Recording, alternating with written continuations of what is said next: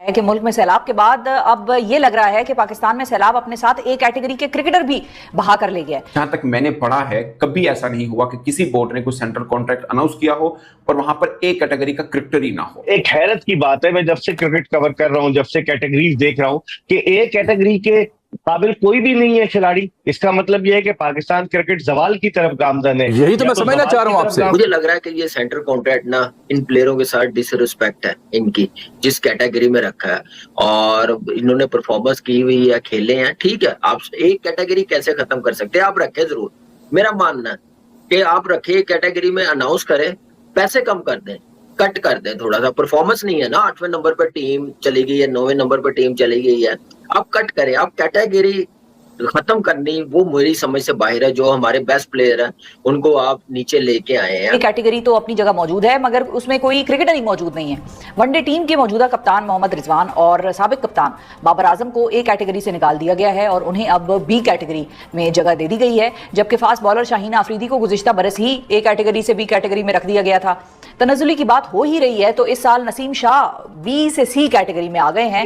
B, सी और D category किसने बनाई है? आकिब जावेद और माइक हैसन ने बनाई है। ज्यादातर इसमें तो आकिब जावेद का अमल दखल रहा है। तो प्लेयरों का भी मैं समझता हूँ कहीं ना कहीं कसूर है। मैनेजमेंट को मजबूर किया इतना हार्श डिसीजन लेने पे, तो अब क्या कह सकते हैं, दोनों तरफ इक्वली आप कह सकते हैं प्रॉब्लम है। और कौन बेहतर करेगा, किसने सोचना है? मैनेजमेंट को कौन सोचेगा? उनकी परफॉर्मेंस क्या, उनसे कौन रिजाइन लेगा? ये इस बात का बिरमला इतराफ है कि हमारे पास ए कैटेगरी का कोई भी प्लेयर नहीं है। और मजे की बात है, बी कैटेगरी में सबको एक ही लकड़ी से हाँक दिया गया है। क्या हसन अली बी कैटेगरी में रिजवान, बाबर, शाहीन शाह अफरीदी के साथ आते हैं? समझ में नहीं आता। उन्हें तो बी कैटेगरी। व्हाइट बॉल के डेज आर ओवर। मैं अब उस तरफ आने लगा हूं। हाँ, आप वो वाहिद क्रिकेट बोर्ड है जो अपना तमस्खुर खुद उड़वाता है, क्योंकि टेक्निकल वनडे के कप्तान हैं, T20 के नहीं है। आपकी पाकिस्तान टीम के ये हालात हैं कि जो टेस्ट क्रिकेट का कप्तान है उसकी टेस्ट क्रिकेट में जगह नहीं बनती, जो वनडे इंटरनेशनल का कप्तान है उसकी वनडे इंटरनेशनल में जगह नहीं बनती,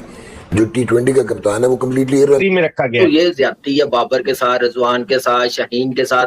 फिर ऐसे जंप मारे हैं जो खेल नहीं रहे, जो फिट नहीं है, उनको हाई कैटेगरी दी हुई है बी। जैसे अब टॉप पे बी है ना, ये तो खत्म हो गई है, कोई प्लेयर नहीं है। तो मुझे समझ नहीं आई क्या माइंडसेट के साथ सेंटर कॉन्ट्रैक्ट अनाउंस किया। और मुझे लग रहा है जैसे टीम एशिया कप की अनाउंस की है ना, बगैर सोचे समझे, आगे का सोच के, इवेंट का सोच के, ऐसे सेंटर कॉन्ट्रैक्ट अनाउंस किया। What about Mohammad Rizwan? अच्छा, मतलब उनकी क्या वाइट। एक हैरत की बात है, मैं जब से क्रिकेट कवर कर रहा हूं, जब से कैटेगरीज देख रहा हूं कि ए कैटेगरी के काबिल कोई भी नहीं है खिलाड़ी। इसका मतलब यह है कि पाकिस्तान क्रिकेट जवाल की तरफ गामजन है। यही तो मैं समझना चाह रहा हूं आपसे। गामजन है ये तो हम इतराफ कर रहे हैं मिर्जा साहब कि हमारे यहाँ ए कैटेगरी का एक भी प्लेयर नहीं है। ये इस बात का बिरमला इतराफ है कि हमारे पास ए कैटेगरी का कोई भी प्लेयर नहीं है। और मजे की बात है, फॉर्मेट से मैं सेंटर कॉन्ट्रैक्ट 50% कम करता, मैं मैच फी से 30% कम करता। मैं कहता कि भाई आप जीतो, ये जितना 50% मैंने कम किया है सेंटर कॉन्ट्रैक्ट में मैं बढ़ाऊंगा, टॉप 4 में टीम ले आओ, टॉप 5 में ले आओ, आप बड़ी टीमों से सीरीज जीतो। आपकी मैच फी से जितनी मैंने कम की है इससे ज्यादा करूंगा, आप टीम को लेके आओ। आप अली जो है वो इतने मुतारिक नहीं है। तो ये ए, बी, सी और डी कैटेगरी किसने बनाई है? आकिब जावेद और माइक हैसन ने बनाई है। ज्यादातर इसमें तो आकिब जावेद का अमल दखल रहा है।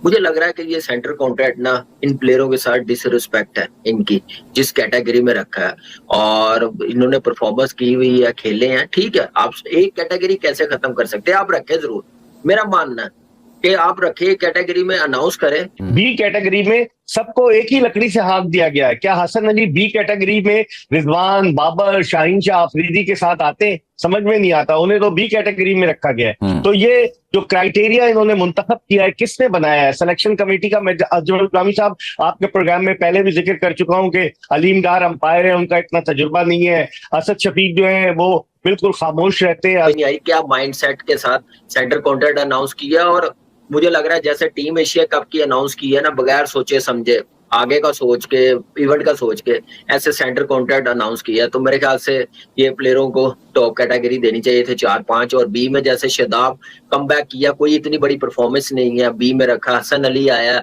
कम बैक किया, एक मैच में अच्छी परफॉर्मेंस की। सीनियर अपनी जगह, जिसका कम बैक होता है एकदम से जंप नहीं मारता। आपका टेस्ट का कप्तान सी में है, आपका टेस्ट का ओपनर जो रेगुलर, पैसे कम कर दें, कट कर दें थोड़ा सा। परफॉर्मेंस नहीं है ना, 8वें नंबर पर टीम चली गई है, 9वें नंबर पर टीम चली गई है, आप कट करें। आप कैटेगरी खत्म करनी वो मेरी समझ से बाहर है। जो हमारे बेस्ट प्लेयर हैं उनको आप नीचे लेके आए हैं, आप मैच फी से कम करें। आप फिर कहें कि आप टॉप 4 टॉप 5 में आए, हम यही पैसे 25% 50% इंक्रीज करेंगे जब आप इस नंबर पर टीम ले आएंगे, जीतेंगे आप बड़ी टीमों से। तो ऐसा होना चाहिए। ये करना मुझे लग रहा है कि मिलने वाला वो सी में है। तो मुझे समझ नहीं आ रही पॉलिसी क्या थी ये सेंटर कॉन्ट्रैक्ट देने की। साफ नजर आ रहा है कि जो फेवरेट है वो टॉप कैटेगरी में उनको नवाजा जा रहा है। एक खास बात यह है कि बाबर आजम, रिजवान, शहीन और जो ए लिस्ट में पाकिस्तान के क्रिकेटर्स थे जिनकी तनख्वाह 65,70,000 रुपए फी महीना थी, वो कम करके 45,52,000 रुपए करती है। ये मैं आपको अच्छा, सेंट्रल कॉन्ट्रैक्ट होता क्या है? ये पाकिस्तान क्रिकेट बोर्ड अपने क्रिकेटर्स को देता है, दुनिया भर के तमाम बोर्ड अपने क्रिकेटर्स को देते हैं। इसमें एक कैटेगरी होती है, बी होती है। मैनेजमेंट का माइंडसेट ना कहीं और है, प्लेयरों पे क्यों? या हाई मैनेजमेंट उनका कोई रोल नहीं है क्या? उनका हाथ नहीं है पाकिस्तान की यहाँ तक क्रिकेट पहुंचाने में? उनका कौन इंतजाम करेगा? उनको डिमोट कौन करेगा? मुझे एक बात बताएं ना। तो ये ज्यादती है बाबर के साथ, रिजवान के साथ, शहीन के साथ। फिर ऐसे जम मारे हैं जो खेल नहीं रहे, जो फिट नहीं है, उनको हाई कैटेगरी दी हुई है, बी जैसे। अब टॉप पे बी है ना, ये तो खत्म हो गई है, कोई प्लेयर नहीं है। तो मुझे काम आ सकता हो। बेसिकली ये उस बेस के ऊपर सेंट्रल कॉन्ट्रैक्ट अनाउंस होता है। मैं जब से कवर कर रहा हूं, जब से मैं सेंट्रल कॉन्ट्रैक्ट पाकिस्तान का देख रहा हूं, कभी ऐसा नहीं हुआ कि कोई एक क्रिकेटर भी एक कैटेगरी में ना हो जिसमें मैक्सिमम सैलरी दी जाती। कभी ऐसा नहीं हुआ, ये फर्स्ट टाइम हुआ। और मैंने दुनिया भर के बोर्ड के भी जो सेंट्रल कॉन्ट्रैक्ट अनाउंस होता है, जहां तक मैंने पढ़ा है, कभी ऐसा नहीं हुआ कि किसी बोर्ड ने कोई सेंट्रल कॉन्ट्रैक्ट अनाउंस किया हो और वहां पर एक कैटेगरी का क्रिकेटर ही ना हो। अमूमन ऐसा होता है जो तीनों फॉर्मेट खेलता है, टेस्ट, वनडे, T20, तीनों फॉर्मेट जो क्रिकेटर खेलता हो उसको एक कैटेगरी में शामिल किया जाता है, यानी मैक्सिमम सैलरी उसको दी जाती है। और ये इसलिए भी रखा जाता है कि वो क्रिकेटर बहुत अहम है। जैसे मिसाल के तौर पर रिजवान है, अब अगरचे वो T20 नहीं खेलते, बट वनडे, T20, टेस्ट, या पहले बाबर, रिजवान, शहीन, ये तीन वो क्रिकेटर थे, नसीम शाह भी टू सम एक्सटेंट, जो आपके तीनों कैटेगरी में होते थे। तो पाकिस्तान क्रिकेट बोर्ड ने कहा कि इस दफा कोई एक क्रिकेटर भी ऐसा नहीं है। सी होती है अमूमन सब बोर्ड्स में, पाकिस्तान डी भी करता है, कुछ कुछ बोर्ड जो है वो डी करते हैं, कुछ उसको इमर्जिंग कैटेगरी लिख देते हैं। तो ये 3-4 कैटेगरी होती है। उसमें नंबर 1 ए होती है जिसमें सबसे ज्यादा तनख्वाह दी जाती है। तो पाकिस्तान क्रिकेट बोर्ड ने अब जो सेंट्रल कॉन्ट्रैक्ट अनाउंस किया है उसमें एक कैटेगरी रखी नहीं है, यानी कोई एक क्रिकेटर भी ऐसा नहीं है जिसकी साल भर में परफॉर्मेंस अच्छी हो। ये बेसिकली परफॉर्मेंस बेस्ड सैलरी होती है जिसका रिव्यू किया जाता है हर साल। हर साल में जिसकी अच्छी परफॉर्मेंस रही हो और आइंदा साल के लिए जो पाकिस्तान टीम के लिए के काम। Days are over. मैं अब उस तरफ आने लगा हूं। हाँ, आप वो वाहिद क्रिकेट बोर्ड है जो अपना तमस्कुर खुद उड़वाता है, क्योंकि टेक्निकल वनडे के कप्तान हैं, T20 के नहीं है। आपकी पाकिस्तान टीम के ये हालात हैं कि जो टेस्ट क्रिकेट का कप्तान है उसकी टेस्ट क्रिकेट में जगह नहीं बनती, जो वनडे इंटरनेशनल का कप्तान है उसकी वनडे इंटरनेशनल में जगह नहीं बनती, जो T20 का कप्तान है वो कंप्लीटली जो एक कैटेगरी के अंदर शामिल हो। अब इन क्रिकेटर्स को क्या क्या तनख्वाह मिलेगी वो भी मैं आपको बताऊंगा। जो पाकिस्तान क्रिकेट बोर्ड ने ऑफिशियली अनाउंस की है वो मैं आपको बता देता हूं कि 30 क्रिकेटर ऐसे हैं जिनको सेंट्रल कॉन्ट्रैक्ट दिए जा रहे हैं और ये बी, सी और डी लेवल पर रखा गया है। 10-10 क्रिकेटर इसमें शामिल किया गया है। What about Mohammad Rizwan? अच्छा, मतलब उनकी क्या वाइट बॉल के। जय हिंद दोस्तों। तो दोस्तों आप लोगों को यह वीडियो कैसा लगा? अगर वीडियो पसंद आए तो वीडियो को लाइक और हमारे चैनल को सब्सक्राइब कर लें, क्योंकि स्पोर्ट्स से रिलेटेड और इंटरेस्टेड वीडियो आप तक पहुंचता रहे। तो नमस्कार दोस्तों, आपने पूरा वीडियो देखा ही होगा कि किस तरह पाकिस्तानी मीडिया बौखलाया हुआ है। दरअसल दोस्तों आपको बता दें कि पाकिस्तानी मीडिया का यह कहना है कि बाबर के बिना भारत को हराएंगे, लेकिन इस बात में कितनी सच्चाई हुआ आप पिछले मैच से देख ही सकते हैं। तो दोस्तों आपको क्या लगता है 0-0 से भारत को हार दिलाएंगे और उसको धूल चटाएंगे? यह सुन पाकिस्तानी मीडिया बौखलाया हुआ है और पाकिस्तानी कोच को इतना ट्रोल किया है कि पाकिस्तानी मीडिया मुंह दिखाने के काबिल नहीं है।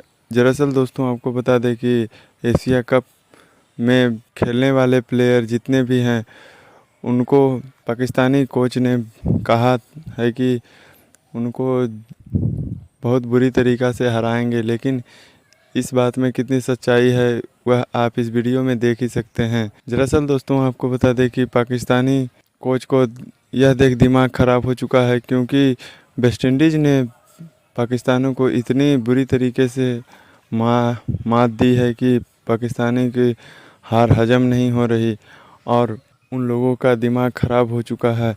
लेकिन उनको ये नहीं पता कि पाकिस्तानी भारत के सामने बेटे के बेटे ही रहेंगे।